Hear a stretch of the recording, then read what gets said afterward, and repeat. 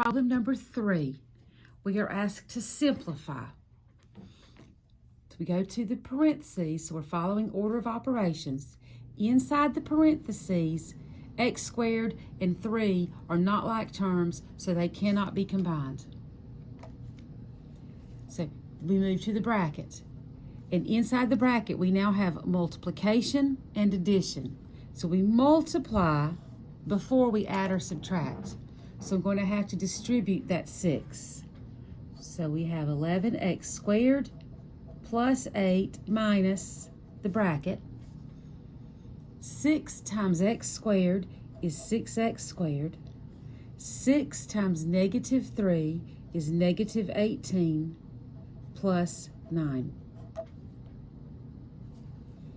So we're still trying to simplify inside the bracket. And inside the bracket, I have like terms. 6x squared has nothing like that. Then the negative 18 and the positive 9 are alike. So in the bracket, we're going to have 6x squared, and negative 18 plus 9 is negative 9. And we write down the rest of the problem around it. So inside our bracket is as simple as it can be. So now we're going to have the 11x squared plus 8. And I'm going to distribute that negative. So that's subtracting 6x squared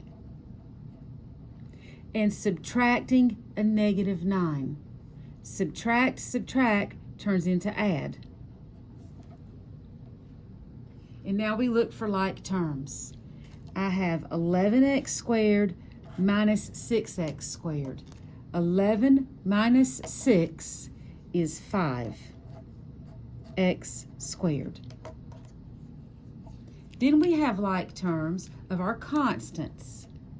8 plus 9. Positive 8 plus 9 is positive 17.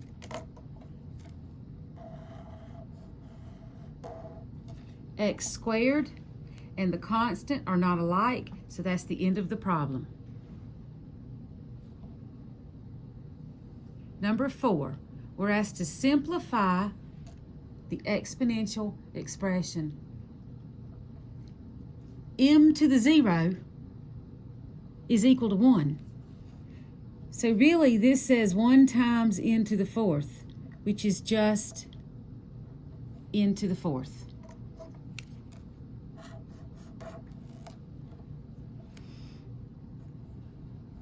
Problem number 5. When we multiply and our bases are the same, the powers get added. So we're going to have x, and our power, negative 1, gets added to the power of 8. Negative 1 plus 8 is positive 7. So our answer is x to the 7th. Number 6. We have the square root of 7x squared times the square root of 56x. And these are being multiplied. So we're going to begin by multiplying the 7 and the 56. So 7 times 56 is 392. So I have the square root of 392 times x squared times x to the 1st. I do not want to multiply these and get an x cubed because I have a square root. I don't want it written with a power higher than 2. So I want to write that with a power of 2 or less. So I'm going to keep these separate and not combine them. And each one of these can get its own little radical house. The square root of 392, the square root of x squared, and the square root of x to the 1st. So going to the calculator, we're going to go the square root of 392, and we get 14 times the square root of 2.